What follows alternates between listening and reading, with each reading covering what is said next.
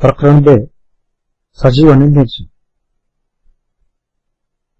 બાળ મિત્રો, આજે આપણે આસપાસમાં જોવા મળતા જીવજંતુઓ, પશુઓ, પક્ષીઓ તેમજ જુદી જુદી વનસ્પતિઓ અને અન્ય વસ્તુઓનું અવલોકન કરીશું. પાણીમાં તરતી માછલી, ઉડતી ચકલી, દાણા ખાતો મોર, કૂદતો દેડકો, ભસતો કૂતરો, ઉડતું પતંગિયું, ઘાસ ચરતી બકરી, અળસિયું, સાપ, ગરોળી, લીમડાનું વૃક્ષ, ગુલાબનું ફૂલ, વડનું ઝાડ, તુલસીનો છોડ,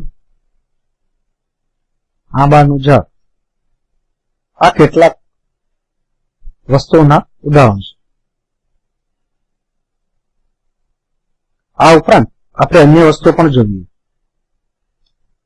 ચીકુનું ઝાડ, ઘઉં, ચણા, જાસૂદનું ફૂલ, પથ્થર, લાકડાનું રમકડું, સાયકલ, વાદળ, થાળી, ચમચી, ટેબલ, ખુરશી, કપડાની ટોપી અને દફતર. આ બધી વસ્તુઓનું તમે અવલોકન કરી દીધું છે. આ અવલોકનને ધ્યાનમાં રાખી તમે ઓળખતા હો તેવા કેટલાક નામ કોષ્ટકમાં લખેલા છે. આ નામની સામે જે તે લક્ષણ ધરાવતું હોય તેની સામે ખરાની નિશાની કરો અને લક્ષણ ન ધરાવતા હોય તેની સામે ખોટાની નિશાની કરો. ચાલો આપણે કેટલાક ઉદાહરણ સાથે જોઈએ. અહીં નામ, એના લક્ષણો છે. ખોરાક લે છે, શ્વાસ લે છે, હલનચલન કરે છે, પોતાની જાતે એક જગ્યાએથી બીજી જગ્યાએ જાય છે એટલે કે પ્રચલન કરે છે. મોર. મોર ખોરાક ખાય છે માટે તે ખાનામાં ખરાની નિશાની કરીએ. મોર શ્વાસ લે છે માટે તે ખાનામાં ખરાની નિશાની કરીએ. મોર ડોક લાવે છે, પાંખો ફોડાવે છે એટલે કે હલનચલન કરે છે માટે તે ખાનામાં પણ ખરાની નિશાની કરીએ. મોર એક જગ્યાએથી બીજી જગ્યાએ જાય છે એટલે કે પ્રચલન કરે છે. આમ પ્રચલનના ખાનામાં પણ ખરાની નિશાની કરીએ. આવું જ બીજું ઉદાહરણ જોઈએ. માછલી.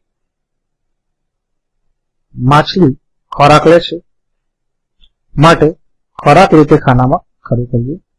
માછલી ચૂઈ દ્વારા શ્વાસ લે છે માટે તે ખાનામાં પણ ખરાની નિશાની કરીશું. માછલી તેની પૂંછડી અને મીનપક્ષ હલાવે છે, આમ તે હલનચલન કરે છે માટે તે ખાનામાં ખરાની નિશાની કરીએ. માછલી પોતાની જાતે એક જગ્યાએથી બીજી જગ્યાએ જાય છે એટલે કે પ્રચલન કરે છે માટે પ્રચલનના ખાનામાં ખરાની નિશાની કરીએ. બકરી. બકરી ખોરાક લે છે માટે ખોરાક લે છે ખાનામાં ખરું કરીએ. બકરી શ્વાસ લે છે માટે શ્વાસ લે છે ખાનામાં ખરું કરીએ. બકરી હલનચલન કરે છે માટે તે ખાનામાં ખરું કરીએ. બકરી પોતાની જાતે એક જગ્યાએથી બીજી જગ્યાએ જાય છે માટે તે ખાનામાં પણ ખરું કરીએ. હવે જોઈએ લીમડો. શું લીમડાનું ઝાડ ખોરાક લે છે? હા, લીમડાનું ઝાડ સૂર્યપ્રકાશની હાજરીમાં પોતાની જાતે ખોરાક બનાવે છે. આ ક્રિયાને પ્રકાશ સંશ્લેષણ કહેવાય. આમ લીમડાનું ઝાડ ખોરાક લે છે પણ તે આપણે જોઈ શકતા નથી. લીમડો ખોરાક લેતો હોય તે નાનામાંથી ક્રમશઃ મોટો થતો જોવા મળે છે. એટલે અહીં આપણે ખોરાક લે છે તે ખાનામાં ખરું કરીશું. શું લીમડાનું ઝાડ શ્વાસ લે છે? હા, લીમડાનું ઝાડ શ્વાસ લે છે. શ્વાસ લેવાની આ ક્રિયાને શ્વસન ક્રિયા કહેવાય. પરંતુ આપણે શ્વાસ લેવાની ક્રિયાને જોઈ શકતા નથી. માટે અહીં શ્વાસ લેશે તે ખાનામાં ખરાની નિશાની કરીએ. આ ક્રિયા સમજવા આપણે પછીથી પ્રયોગ કરીશું. શું લીમડાનું ઝાડ હલનચલન કરે છે? હા, લીમડાના પાન, પુષ્પ, ફળ આવે ત્યારે તે ક્રમશઃ નાનામાંથી મોટા બને છે. આ માટે તે હલનચલન પામે છે. આ ખાનામાં પણ ખરાની નિશાની કરીએ.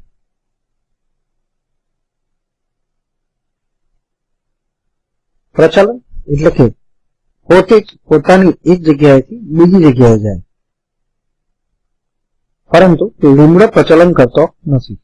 માટે આ ખાનામાં ખોટાની નિશાની કરીશું. આવું એક બીજું ઉદાહરણ જોઈએ. ગુલાબ. શું ગુલાબનો છોડ ખોરાક લેશે? હા, તે પણ લીમડાની જેમ જ પ્રકાશની હાજરીમાં તેનો ખોરાક બનાવે છે અને ખોરાક લઈ તે નાના છોડમાંથી મોટો છોડ થાય છે. આમ ખોરાકના ખાનામાં ખરાની નિશાની દર્શાવી.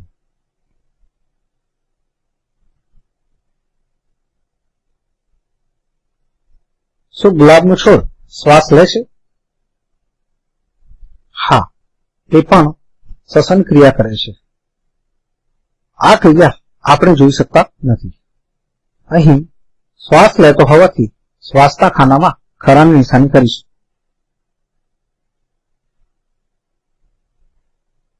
શું ગુલાબનો છોડ હલનચલન કરે છે? હા, તે પણ લીમડાની જેમ જ હલનચલન દર્શાવશે. એટલે હલનચલનના ખાનામાં ખરાની નિશાની કરીએ. ગુલાબનો છોડ એક જગ્યાએથી બીજી જગ્યાએ પોતાની જાતે જ જાય છે. ના, ગુલાબનો છોડ એક જગ્યાએથી બીજી જગ્યાએ પોતાની જાતે જતો નથી. એટલે કે તે પ્રચલન કરતો નથી. આમ પ્રચલનના ખાનામાં ખોટાની નિશાની કરીએ.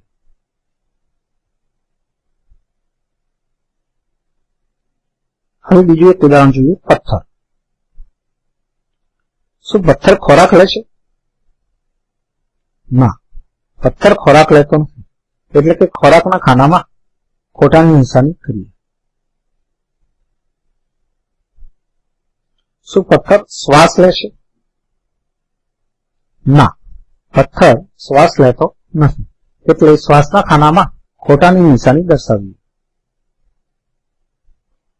શું પથ્થર હલનચલન કરે છે? ના, પથ્થર હલનચલન કરતો નથી. એટલે હલનચલનના ખાનામાં ખોટાની નિશાની દર્શાવીએ.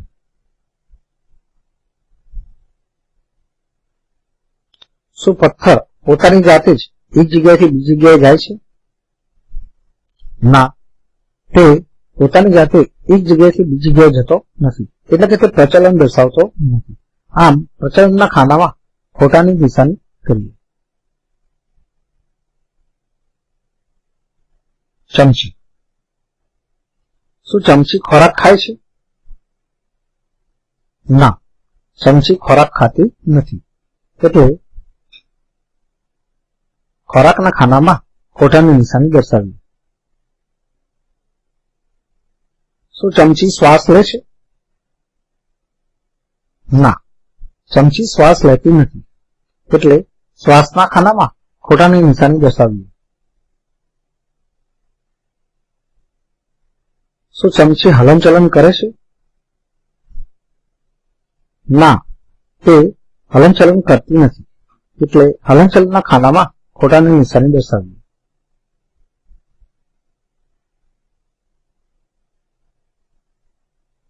શું ચમચી પ્રચલન કરે છે?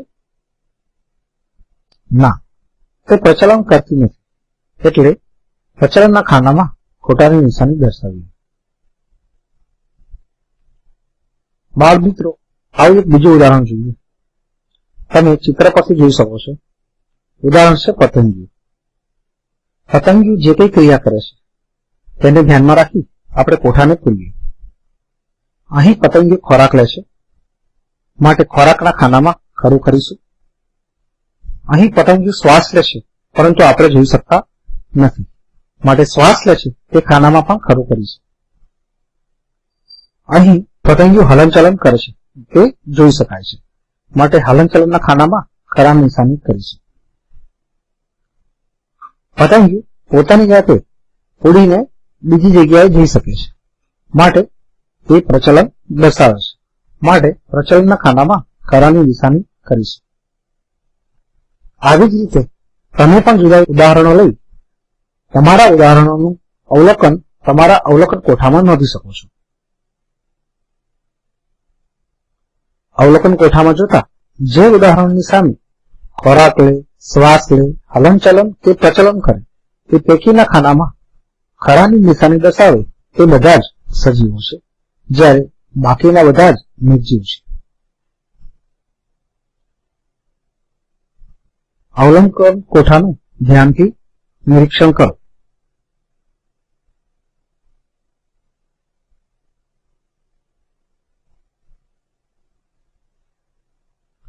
અવલોકન કોઠા પરથી જોતા માછલી, લીમડો, ગુલાબ, મોર એ સજીવોના ઉદાહરણો છે, જેઓ ખોરાક લે છે, શ્વાસ લે છે, હલનચલન કે પ્રચલન દર્શાવે છે.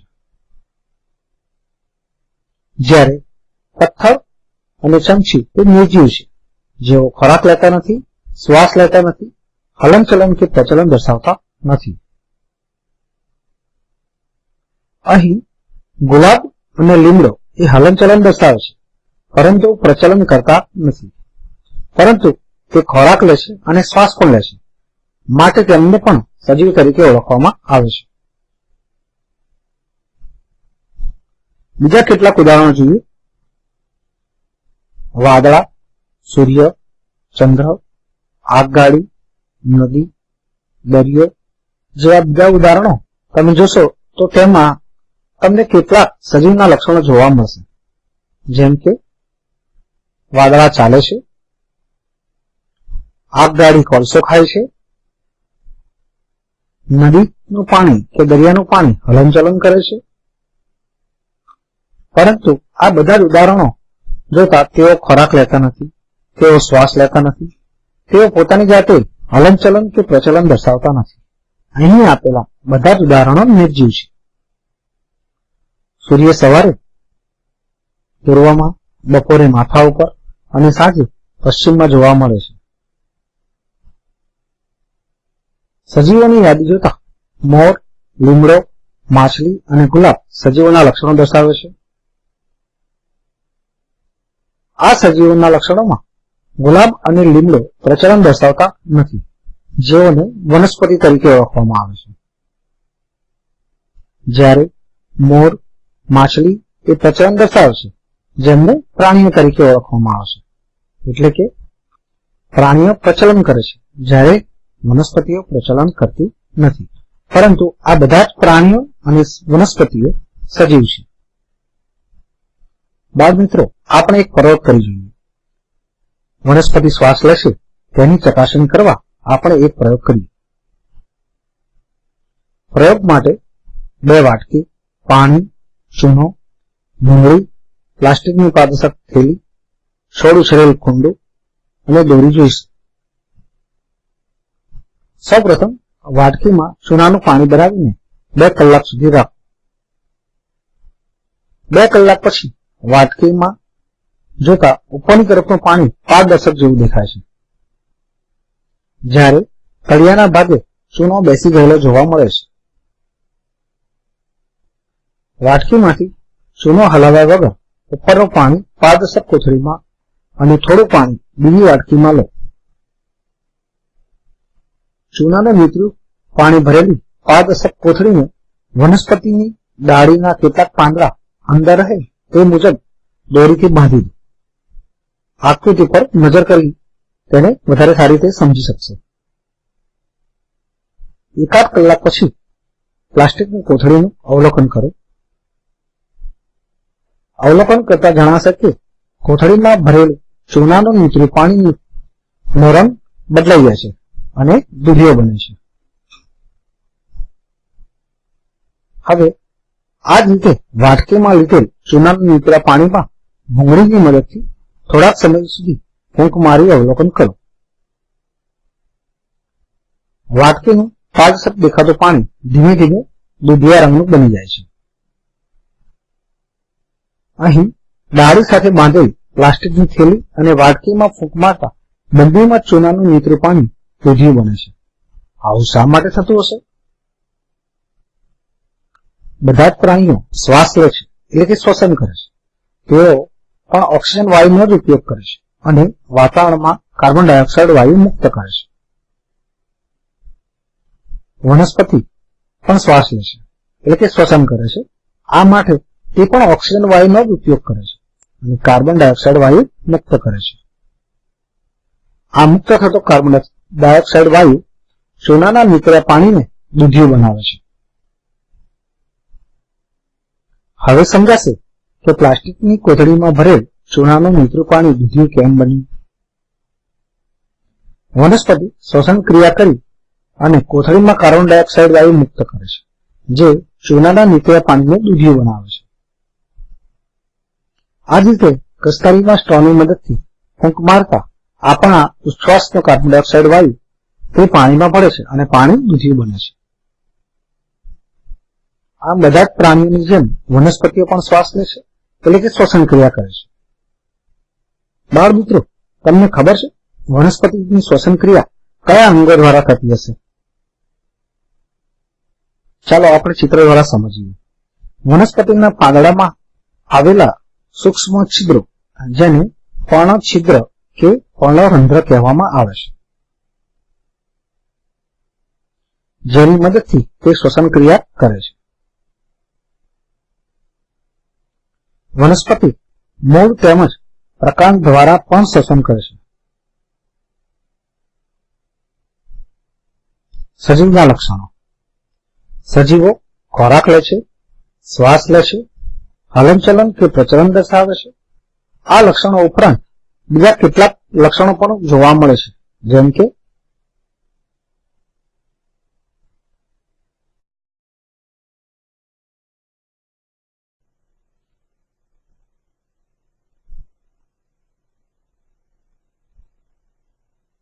અહીં જુઓ, બાળક નાનો હતો એટલે તેની ઊંચાઈ ઓછી હતી, હાથ પગ ટૂંકા હતા, માથું નાનું હતું. જેમ જેમ ઉંમર વધે છે તેમ તેમ તેની ઊંચાઈ પણ વધે છે અને બીજા કેટલાક શારીરિક ફેરફારો પણ જોવા મળે છે. દરેક સજીવની ચોક્કસ ઊંચાઈ હોય છે. જેમ પ્રાણીઓમાં જોવા મળે, જેમ માણસમાં જોવા મળતી ઊંચાઈ એક ચોક્કસ વસ્તુ દર્શાવે છે, તેમ વનસ્પતિમાં પણ તેવી લાક્ષણિકતા જોવા મળે છે. અહીં જે રીતે વનસ્પતિ પહેલા ઓછી ઊંચાઈ અને નાનું કદ ધરાવે છે અને સમય જતા ક્રમશઃ તેના કદમાં અને ઊંચાઈમાં વધારો થાય છે. આ બંને ઉદાહરણો સજીવમાં થતી વૃદ્ધિ દર્શાવશે, એટલે કે દરેક સજીવ વૃદ્ધિ બ્રેકેટમાં વિકાસ પામે છે અને તે તેની ઊંચાઈ અને કદમાં ક્રમશઃ વધારો કરે છે. સામાન્ય રીતે દરેક સજીવ પુખ્ત થયા પછી તેની ઊંચાઈમાં વધારો થતો નથી, એટલે કે દરેક સજીવની ચોક્કસ ઊંચાઈ હોય છે. બાળકમાંથી યુવાન બનવું અને ત્યારબાદ વૃદ્ધ થવું એ વિકાસ દર્શાવે છે. વૃદ્ધિ દર્શાવતા કે તમે જોયેલા કેટલાક ઉદાહરણો યાદ કરો. અહીં કેટલાક સજીવોની વૃદ્ધિ દર્શાવતા ચિત્રો આપેલા છે. જેમ કે કૂતરાના બચ્ચામાંથી કૂતરો ધીમે ધીમે મોટું થતું જોવા મળે છે. તેવી રીતે ઈંડામાંથી જન્મેલું મરઘીનું બચ્ચું તે મરઘીમાં રૂપાંતર પામે છે. દેડકાના ઈંડામાંથી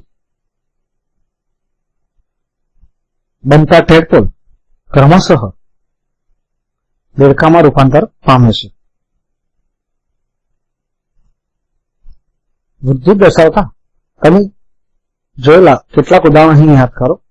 અહીં કેટલાક સજીવોની વૃદ્ધિ દર્શાવતા ચિત્રો આપેલા છે. અહીં વાલના બીજમાંથી ક્રમશઃ વૃદ્ધિ થતા તે વાલના છોડમાં પરિણમે છે. તે જ રીતે એક વનસ્પતિના બીજમાંથી ક્રમશઃ ધીમે ધીમે તેમની વૃદ્ધિ થઈ અને વૃક્ષમાં પરિણમે છે. આમ બધા જ સજીવો છે જેઓમાં વૃદ્ધિ એટલે કે વિકાસ જોવા મળે છે. આમ દરેક સજીવો વૃદ્ધિ પામે છે. ચાલો આપણે બીજું કંઈક અલગ જોઈએ. ફુગ્ગામાં હવા ભરતા તે મોટો થાય છે એટલે તે વૃદ્ધિ પામે છે એવું કહેવાય અને તે સંદર્ભે તેને સજીવ કહી શકાય? ના, તેમાં હવા ભરવામાં આવે છે એટલે તે મોટો થાય છે પરંતુ વૃદ્ધિ પામતો નથી, માટે તે સજીવ નથી.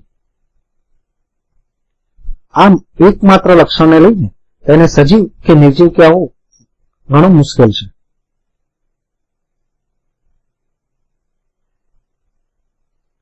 અહીં આપેલા જુદા જુદા ચિત્રોને ધ્યાનપૂર્વક જુઓ.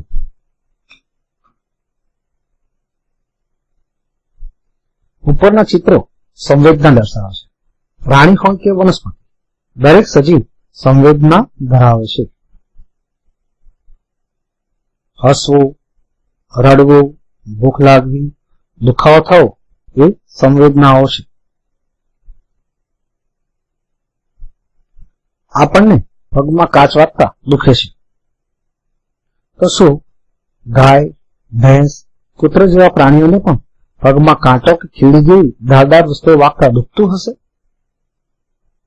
હા, તેમને પણ દુખતું હશે કારણ કે તેઓ પણ સજીવ છે.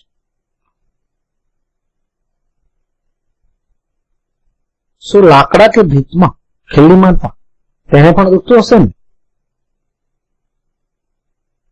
ના, તેઓ સજીવ નથી તેથી તેઓ સંવેદના ધરાવતા નથી. અહીં લજામણીનો છોડ દર્શાવે છે. તેને અડતા જ તેના પાંદડા પીળાઈ જાય છે. આવું કેમ થયું હશે વિચારો.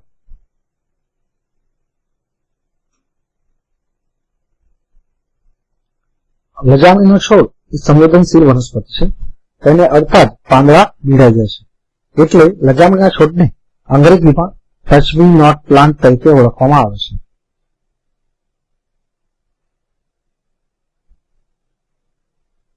કમળનું પુષ્પ તે રાત્રિ દરમિયાન ખીલે છે. આ પણ એક સંવેદનાનું જ ઉદાહરણ છે. કમળની જેમ કેટલાક પુષ્પો રાત્રે ખીલે છે તો કેટલાક પુષ્પો સૂર્યની હાજરીમાં ખીલે છે, જે વનસ્પતિની સંવેદનશીલતાનો ગુણ દર્શાવે છે. જગદીશચંદ્ર બોઝ નામના ભારતીય વૈજ્ઞાનિકે શોધ્યું હતું કે વનસ્પતિ પર સંગીતની અસર થાય છે. સંગીતના કારણે વનસ્પતિનો વિકાસ વધુ થાય છે. વનસ્પતિની સંવેદના સમજવા ચાલો આપણે એક પ્રયોગ કરીએ. આ માટે આપણે અંકુરણ પામેલી બટાકો, ખોખું, કાતર અને ગુંદા લઈશું. બટાકામાંથી અંકુર થયેલો છોડ વિકાસ પામી બોક્સના અવરોધોમાંથી પસાર થઈ સૂર્યપ્રકાશ મેળવવા આગળ વધે છે, જે સૂર્યપ્રકાશ પ્રત્યેની સંવેદના દર્શાવે છે.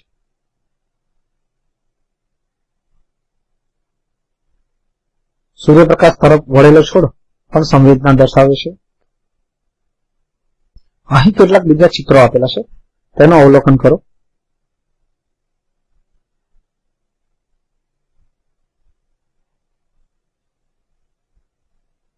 અહીં સાપના ઈંડામાંથી સાપનું બચ્ચું જન્મે છે. મરઘીના ઈંડામાંથી મરઘી જન્મે છે. વનસ્પતિના બીજમાંથી વનસ્પતિ ઉગે છે.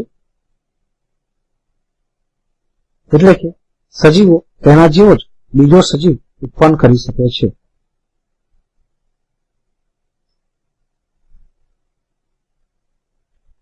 શું સાયકલ તેના જેવી બીજી સાયકલ ઉત્પન્ન કરી શકશે? ના, તે બીજી સાયકલ ઉત્પન્ન નહીં કરશે, કારણ કે તે સજીવ નથી. શું પેન્સિલ તેના જેવી જ બીજી પેન્સિલ ઉત્પન્ન કરી શકશે? ના, તે પણ બીજી પેન્સિલ ઉત્પન્ન નહીં કરી શકે, કારણ કે તે સજીવ નથી. આમ સજીવો તેના જેવો બીજો સજીવ ઉત્પન્ન કરી શકે છે.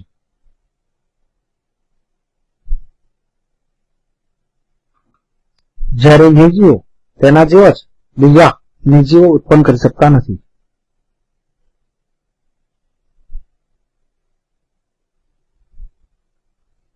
સજીવો ખોરાક લે છે, સજીવો શ્વાસ લે છે, સજીવો હલનચલન કરે છે, સજીવો પ્રચલન કરે છે, સજીવો વૃદ્ધિ પામે છે, સજીવો સંવેદના ધરાવે છે અને સજીવો તેના જેવો જ બીજો જીવ ઉત્પન્ન કરે છે. આમ સજીવ હોય તો ઉપરના લક્ષણો સામાન્ય રીતે જોવા મળે છે, પરંતુ સજીવ ન હોય એટલે કે નિર્જીવ હોય તો આ લક્ષણો જોવા મળતા નથી.